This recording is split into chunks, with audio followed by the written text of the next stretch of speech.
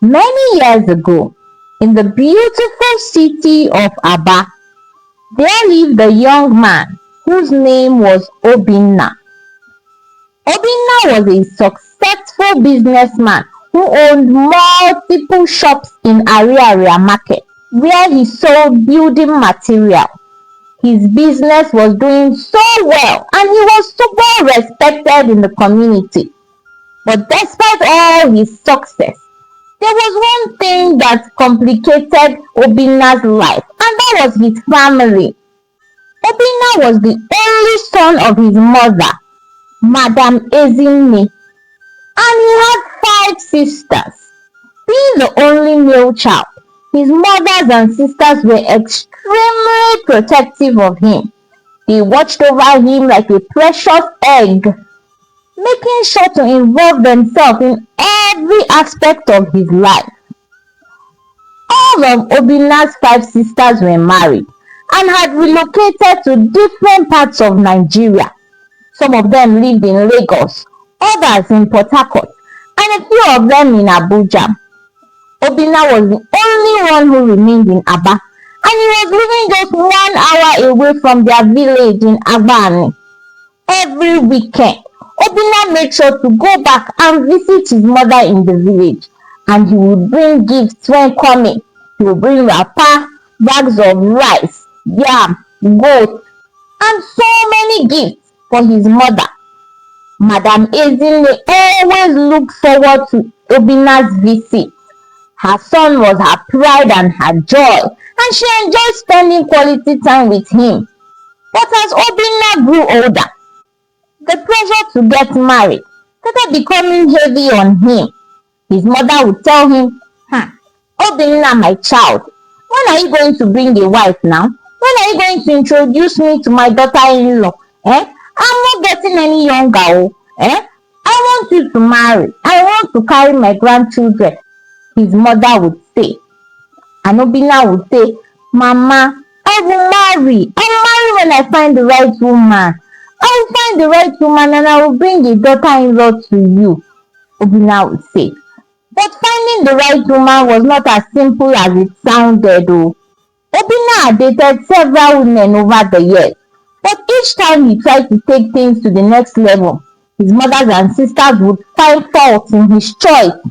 One time, he brought a beautiful lady, Oluchi. Obinna had dated her for 3 years and decided that he was ready to marry her. And so he took her to the village to introduce her to his mother, hoping for his mother to bless them, and then they take things to the next level. But Madam Ezinne took one good look at Oluchi from head to toe.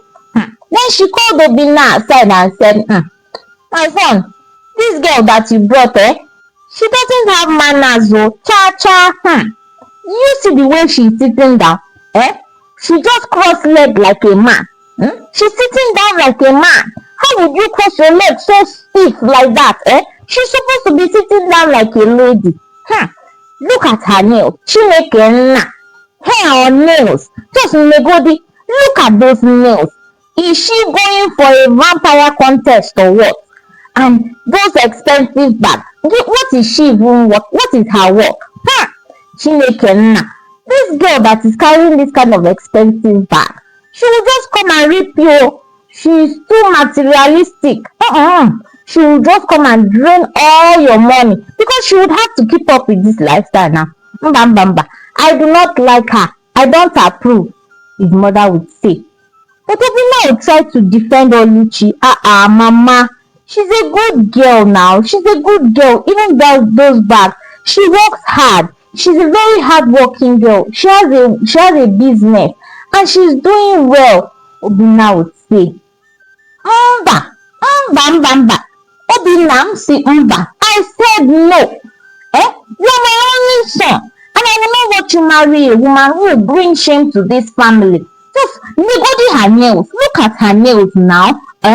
One day she will use this her nails and chook inside your eye. Look at how long a lady's nails is. Even though she wants to fix nails, must she fix the ones that look like dragon claws? No, Obinna. Mba, his mother would say. And just like that, Obinna had to break up with Oluchi. His sisters had supported their mother's decision, calling him on the phone to remind him that family comes first. And then there was also a lady whose name was Funke. She was a Yoruba girl that Obinna had met at a business conference in Lagos. Funke was intelligent, kind, and had a good job at the bank. Obinna fell in love with her, and after dating for 2 years, he decided to introduce her to his mother. But the moment Madam Ezinne heard that her son wanted to marry a Yoruba girl, she nearly had a heart attack. Hello, Obinna. Obinna, Isiginemere. What happened?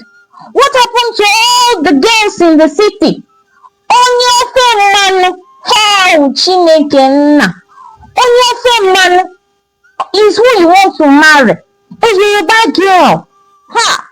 God forbid. Tufiakwa.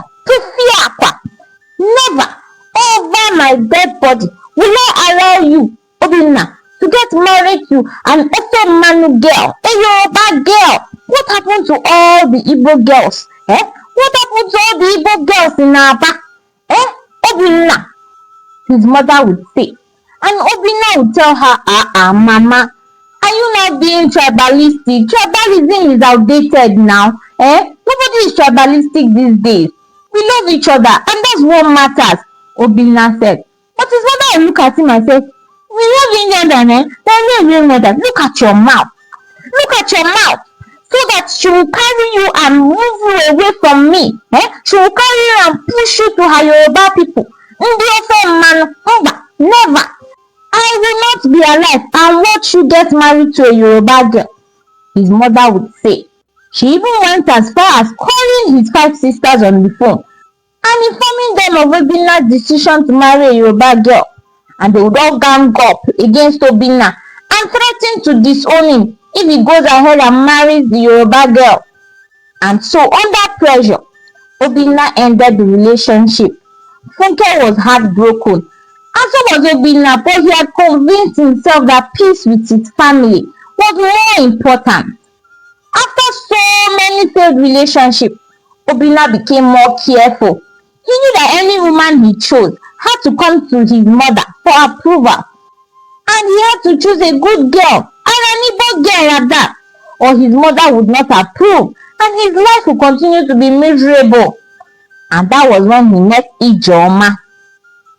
Ijeoma was a beautiful, soft-spoken nurse from Mbaise. She had a very gentle smile and carried herself with so much grace.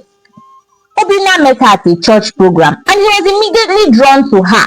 Before you know it, they started talking, and within months, they were dating. Ijeoma was different from the other women Obinna had dated. She was very respectful, humble, and seemed to understand the importance of family. And after dating for a year, Obinna decided that it was time to introduce her to his mother. And on the day of the visit, Ijeoma prepared very well. She bought a beautiful wrapper and matching handbags for Madam Ezinne. She also carried baskets of fruits and provision. And when they arrived at the village, Ijeoma bent down and greeted the woman with respect. Good afternoon, Mama. Dalu. I brought this small gift for you, Ma, just to greet you, Ijeoma said with respect. Madam Ezinne collected the gift and looked at Ijeoma from head to toe. Obinna expected his mother to be very harsh to her, but she was not that harsh to Ijeoma. And when Ijeoma left, his mother called him aside and said, she seems okay. At least she's Igbo, and she's a nurse. She appears to be respectful, so I think this one is okay. She's okay, Madam Ezinne said. And Obinna was so happy. Finally, a woman that his mother approved of. Immediately, he did not even waste time. He started making plans for the traditional wedding. But when Ijeoma's bride price list arrived from Ijeoma's family, Obinna's joy turned into frustration. The list was outrageously expensive. 100 tubers of yam, 60 goats, 30 George wrapper, 26 cartons of wine, 26 cartons of beer, 7 goats, 100 bags of rice, beans, and salt, expensive jewelry for the bride's mother and her sisters. The list went on and on and on and on. Obinna looked at the list in shock. Ha! Where would I get the money to buy all of this one? If I remove this money now for all these things from my business will crash. Hey! Immediately, he called Ijoma. Ijoma, my love, have you seen this list? Here, this list is a lot, oh, he said. My love, I saw it, but what can we do now? That is the list they usually give suitors that come to ask for any girl's hand in marriage from my community. My love, I saw it, Ijoma replied. Ha! Ijoma, my love, this is too much, oh. How can your father ask for so much like this? I'm just a successful businessman that is trying to, put things together. I'm trying to also build my future. This list will just cripple me. Obinna said, my dear, I understand. Obim. I understand. I know it's a lot. Oh yeah, I will talk to my father. I will talk to him. Maybe he will reduce it, Ijoma said. And for weeks, Ijoma pleaded with her father to reduce the bride price. She explained that Obinna was a good man and that he loved her. But the list was outrageously expensive. But her father, Chifokafo, would look at her and say, Ijoma, mind yourself. This is not a matter for women to discuss. I have spent more than that amount raising you to be who you are today, sending you to school, and making sure that you are the woman that you are today. So your husband-to-be should be grateful that is just the list that we are giving him. If he truly loves you, he will pay it without even blinking twice, her father said. And Ijoma reported back to Obinna with tears in her eyes as she told him that her father refused. Her father refused to reduce anything on the list. Obinna had to go himself to see his future father-in-law and beg him. He pleaded with Chief Okafo to please reduce the list. But Chief Okafo refused. Instead, he told Obinna that if he was not man enough to pay the bride price, he should leave his daughter and marry someone else. Obinna was angry, but he loved Ijoma. He really loved her. And after thinking about it for several days, he decided to go ahead with the wedding and pay the bride price, even though it was very painful for him, but he had no choice. And when Madam Ezine and her daughters heard about the expensive bride price, they were so angry. Obinna's mother said, Chineke now, you say what? All that list, when it is not that you are building a house. No. When it is not that you are importing another container inside the high sea, just to marry one girl, all these things. Obinna, are you okay? Enough Oduala. For what? Is she gold or is she silver? Here, Heka wickedness. So this is just pure wickedness, Madam Ezine said. And then one of his sisters added, her family must be very greedy. What did they think, Seth? Did they think that you are plugging the money from tree? Or did they think that you have a tree somewhere where you keep money? This is just pure greediness. You should cancel this wedding, because if they are milking you like this, are you a cow? His sister said. But Obinna had already made up his mind. And the traditional wedding took place. It was a big wedding. Ijoma was looking so beautiful in her traditional attire. And Obinna tried so hard to smile, even though the bride price, after paying it, had taken a deep toll on him. And after the wedding, his sisters and his mother sat him down and said, Obinna, listen to me. Listen to me, Obinna, his mother said. That family of ours has collected enough money from you because look at all the things you provided for that wedding. Now, this means that they have received all their gifts in advance. Everything that you should have been giving to them as your in-laws, they have collected it now. And from now henceforth, you will not send them anything. Shishi kobo, you will not send to them. Not for Christmas, not for New Year, not for Easter, nothing. Shishi shimbai, you will not give to them. And you will not allow any of them to step foot in your house. So, they do not deserve any form of kindness for them to have done this thing to you without even blinking twice, his mother said. And his sister supported his mother's idea. It's true, Obinna. What Mama is saying is very, very true.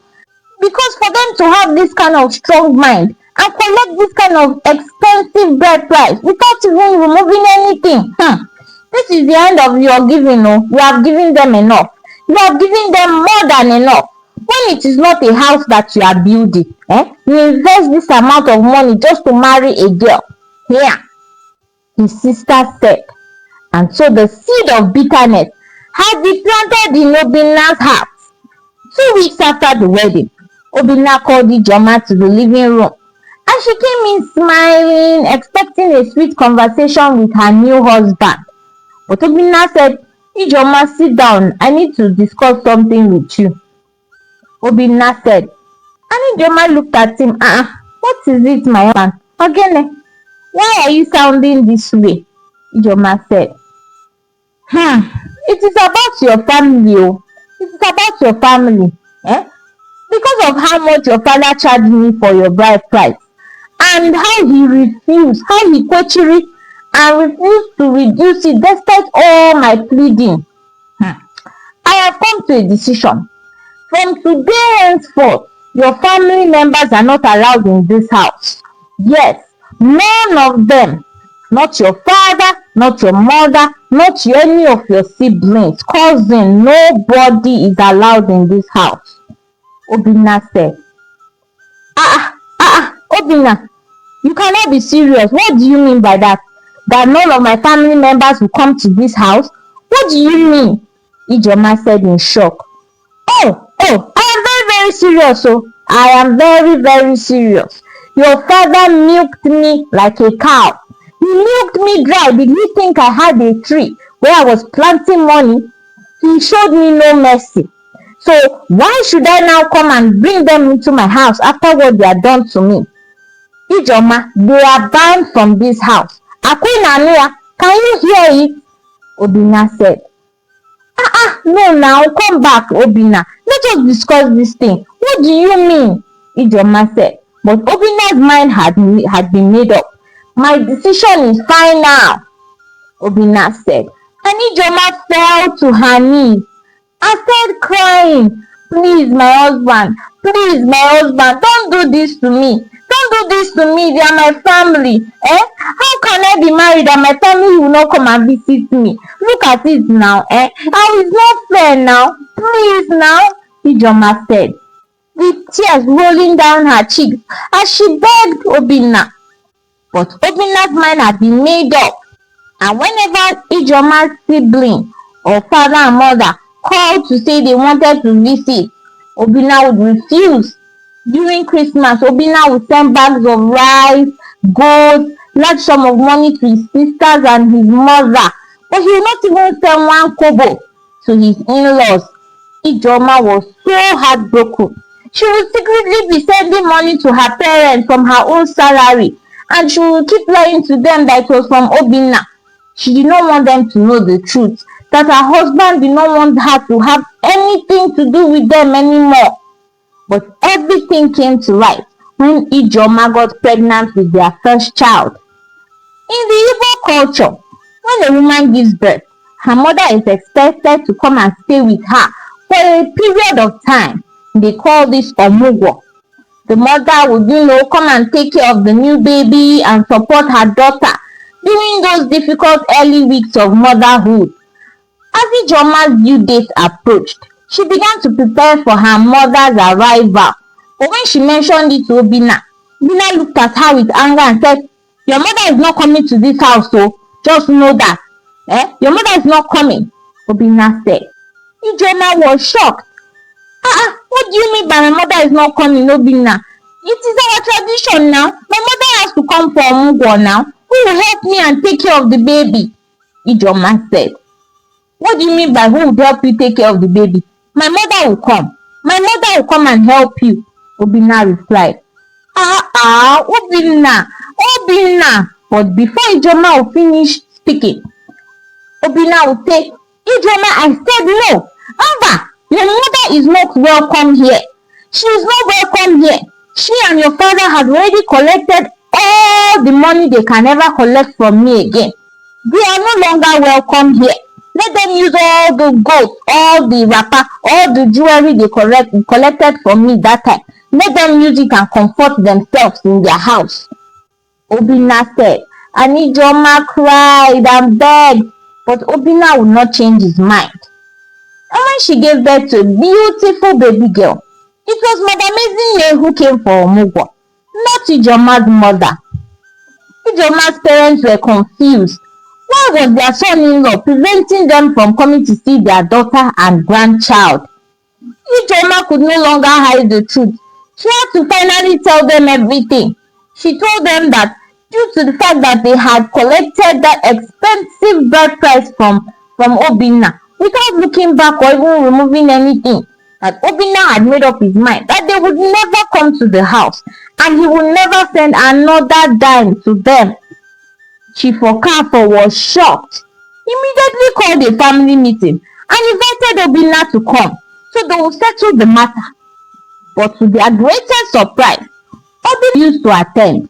His mothers and sisters supported him. "Oh yeah, yes, my son, don't go anywhere. Now they are calling for meeting. That time that you were begging them, please reduce the bride price. Did they call for meeting? Hannah or meeting? They can call meeting. Look at them," Madam Ezinne said. Ijoma's mother even traveled all the way to Aba to beg Obinna to come. She knelt down before him, crying, "Bikonu, my son, Bikonu, forgive us now. The bride price was too much, we understand, but it was all tradition. Please, do not punish our daughter for our mistake. Please, Biko, let us be part of this family. Don't throw us away," Ijoma's mother would beg. But Obinna's heart was already stone cold. He did not even look at Ijoma's mother. He just said, "I don't have anything against you. I don't have anything against you. But your husband insulted me. I even came to beg him myself to reduce the bride price. I did not say he should remove everything, just to reduce it. But he did not agree. He even said if I was not a man, I should go away. Let Ijoma marry another person. I have to suffer to find all those things in that list. So I have paid for the bride price. I have paid Akwaya. I have married Ijoma. Now, I have made my decision as her husband. Your family is not welcome here," Obinna said. And that was how Ijoma's mother left, with tears rolling down her cheeks. When Ijoma had their second child 3 years later, the same thing happened. Her mother was not allowed to come for Omugwo. It was still Madam Ezinne who came. By this time, Ijoma had grown tired of begging. She realized now that her husband was very serious because for 8 years, not a single member of her family was ever allowed to come and visit her. Not even 1 naira or 1 kobo was sent to them by Obinna. Ijoma was taking care of her parents from her own pocket. She even went to Madam Ezinne and his sisters to beg them to plead with Obinna on her behalf. "Biko, Mama, please help me and talk to your son. Please, you should help me and talk to him. You should forgive my family. This has gone too far. For how many years now? My family has not come to visit me even once. Biko, no. You people should tell him to forgive them now." Ijoma would plead with them. But instead of pity, they would begin to laugh at her. Oh no no no, forgive ke, forgive or also forgive. Why didn't your father reduce the bride price when he was begging? Hmm? No, once upon a time, let me tell you in case you don't know, there was once a time that Obinna was the one begging your father to reduce bride price when you are not a cow that they want to marry or gold that they want to mine. But your father said no. Your father Kwechire, he said never. In fact, he insulted Obinna and said that Obinna should get out, that he was not a man. Now Obinna has shown him that he is a man. He is a man. Nwoke kara aka. He has gotten married to you, Okwa. Now you will bear the consequences of what your father did. Please shift from here, let us see road, his sisters would say. And Ijeoma would go home feeling heartbroken. She felt so trapped and alone. And then, some weeks later, something remarkable happened. Ijeoma's younger sister, Sophia, was traveling from Lagos to Port Harcourt for a conference, and the bus she was traveling in stopped in Aba late at night because they could not get to Port Harcourt on time. The driver announced that it was too dangerous to continue the journey because armed robbers were often on the road at that time and it was so dark. So they decided to spend the night in Aba and continue the next morning. Sophia was so afraid. She did not know anyone in Aba except her sister. Immediately she called Ijeoma. Ijeoma, my sister, please oh, I'm stranded in Aba. The bus cannot continue this night. Please, can I come and sleep at your house? Very early tomorrow morning, I will start coming out so that I will continue my journey, her sister said. Ijeoma was so sad because she knew that if she had asked Obinna, Obinna would refuse. He would tell her not to allow her sister come over. But she did not have any choice, so she had to try. Obim, Biko, my sister just called me now that she's stranded. She just needs to sleep here for just one night. Just one night. But very early tomorrow morning, she'll be gone. Ijeoma pleaded. But Obinna did not even look up from his phone. He just said no. Obim, Biko now, it is late. Biko, this is too late now. Where will my sister sleep? It is dangerous out there. Biko no. Ijeoma pleaded. But Obinna said, that is not my problem. If you like, let it be late. If you like, let it be dangerous. It is not my problem. I've already told you times without number. No member of your family is allowed in this house. Not even for 2 seconds. Obinna said. And Ijeoma was so sad. She had to call one of their neighbors, Mrs. Nkiru, and begged her to allow Sophia to sleep in her house for just one night. Mrs. Nkiru agreed, although she was very confused as to why Ijeoma's sister could not sleep in her own house. When Sophia arrived and realized that she was sleeping in a neighbor's house instead of her sister's house, she was so heartbroken. Ijeoma was very embarrassed. She could not even look at her sister's face. Ijeoma was so angry.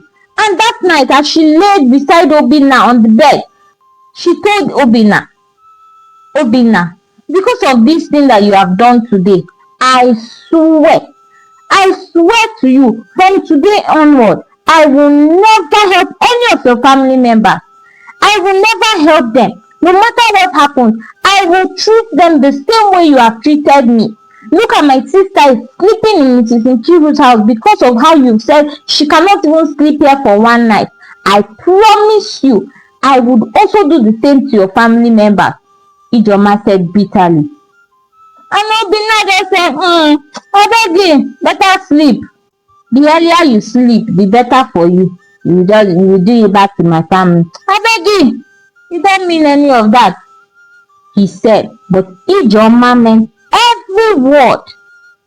5 years later, 4 of Obinna's sisters had relocated abroad, leaving only Chioma, the youngest of them, in Nigeria. And life continued as normal until something very bad happened to their family. Madam Ezinne had a stroke. Immediately Obinna heard the news. He rushed to the village. His mother lying on the floor. Half of her body was paralyzed. She needed constant care, regular hospital visits, and physiotherapy.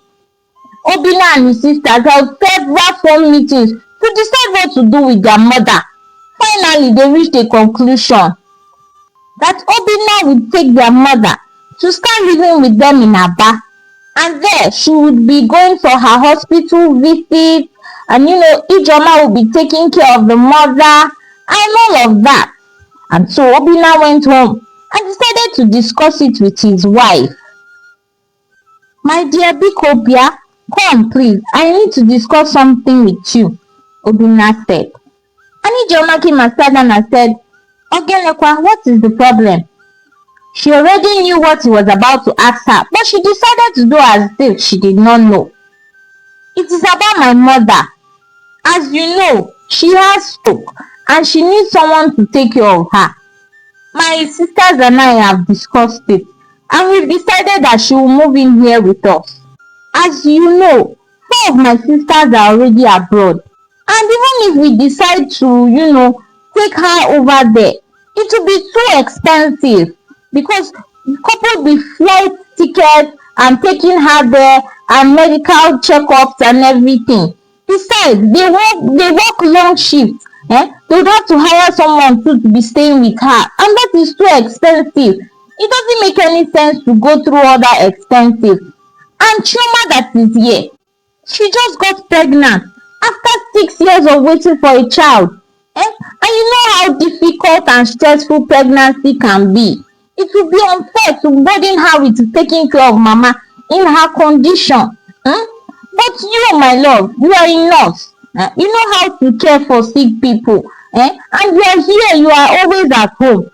So it just makes perfect sense for mama to come and stay with us.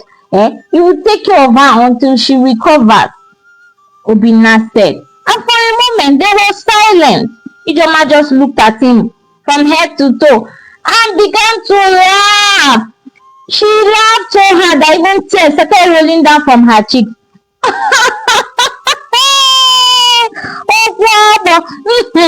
Oh, Chim, this man, you are so funny. You are so funny. You are a real comedian, Ijoma said.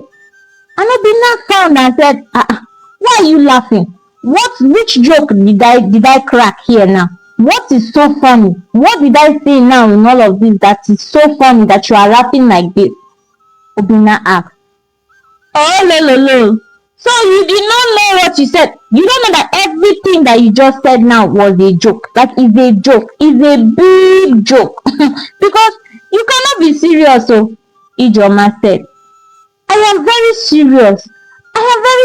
Ijoma, Obinna said. And Ijoma replied and said, wait, let me understand you correctly. Wait.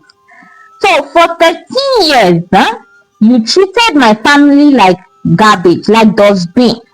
Now, you did not allow any of them into this house. I gave birth twice.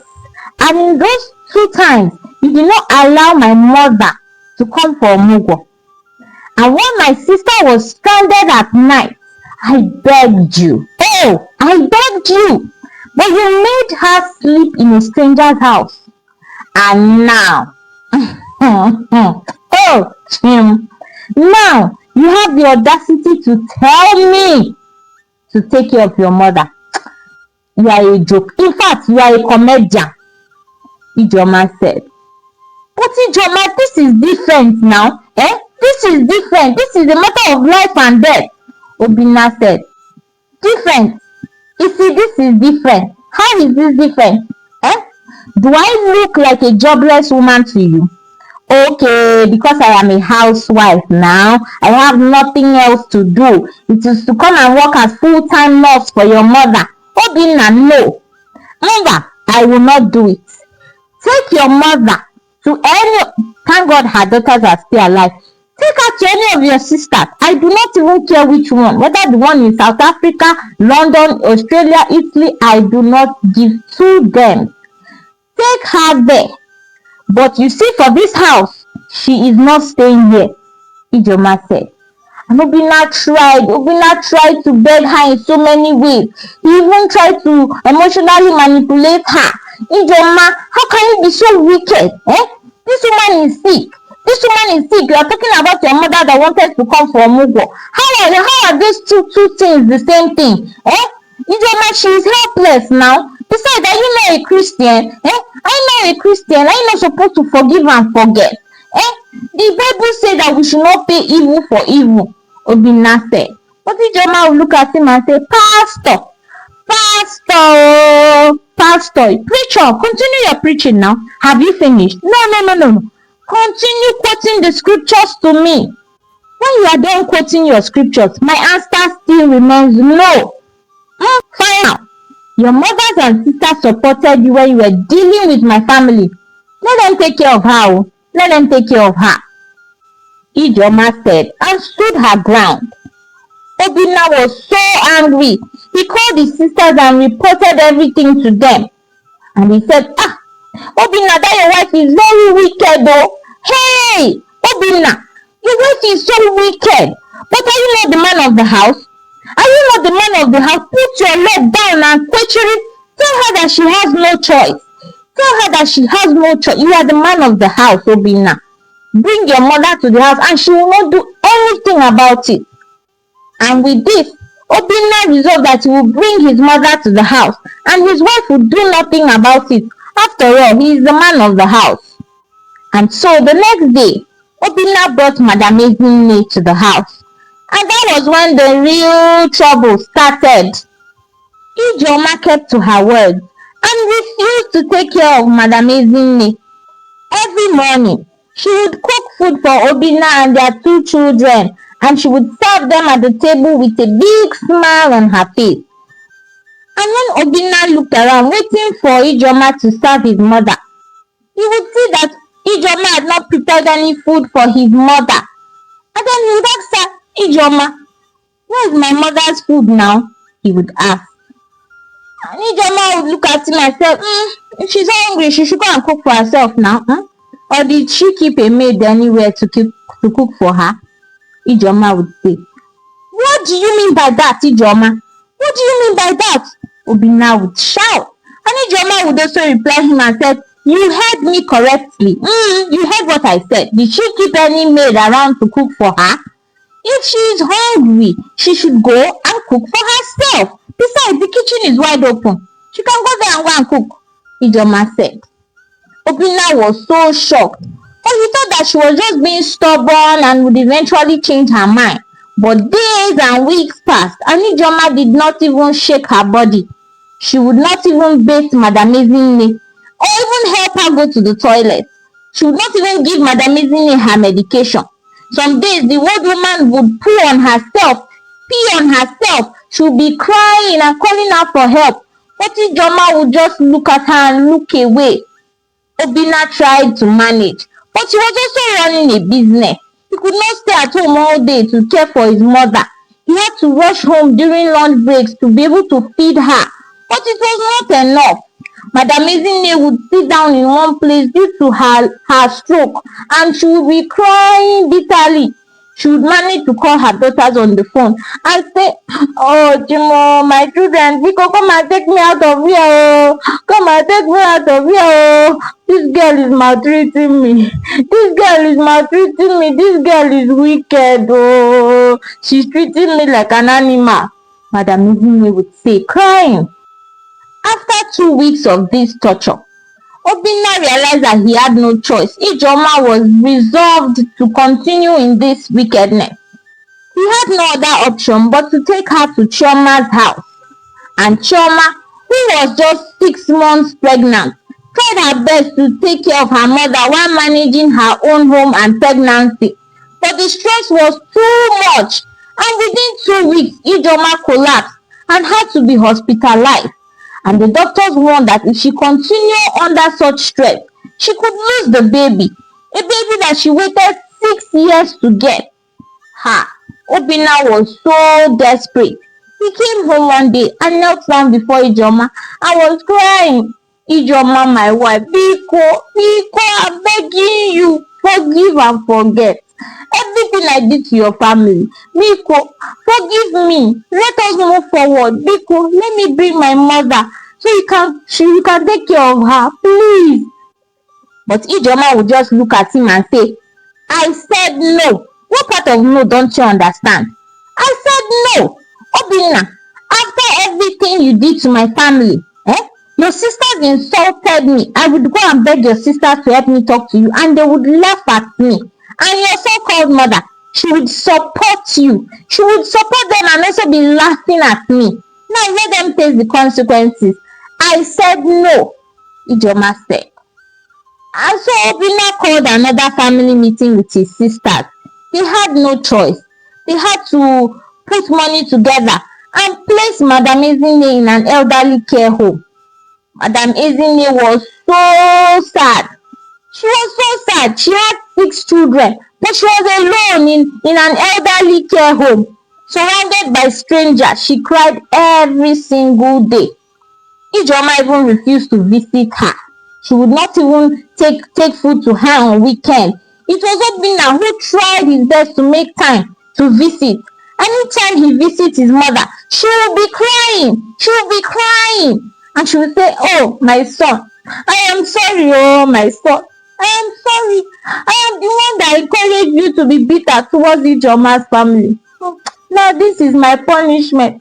This is my punishment. Now God is dealing with me. Madam Ezinne would say, crying. And Obinna will hold her hand and both of them will cry together. Obinna too was filled with regret. If only he had forgiven Ijoma's family, if only he had let go of his bitterness, his mother would not be suffering like this. But it was already too late. And barely 1 month later, Madam Ezinne died. She died alone in the elderly home. Her heart was so heartbroken by loneliness and sadness that she could not take it anymore. And when Obinna heard the news, he was so sad and heartbroken. He fell on the floor and started crying. And for days, Obinna wept. Obinna cried. He knew deep down that his mother's death was his fault. If she had been living with him, surrounded by love and care, she might still be alive. Obinna felt so guilty. And one evening after the funeral, Obinna gathered all the courage he had and faced his wife. He knelt before Ijoma with tears rolling down his cheeks. Ijoma, my wife, please forgive me.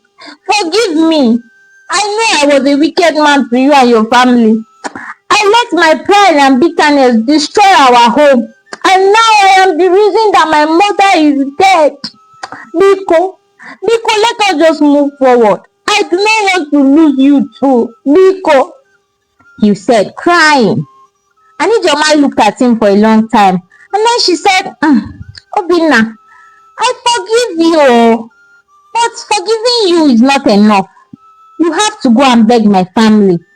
Yes, you have to go and beg them as well. You have to go and ask them for their forgiveness. Ijoma said.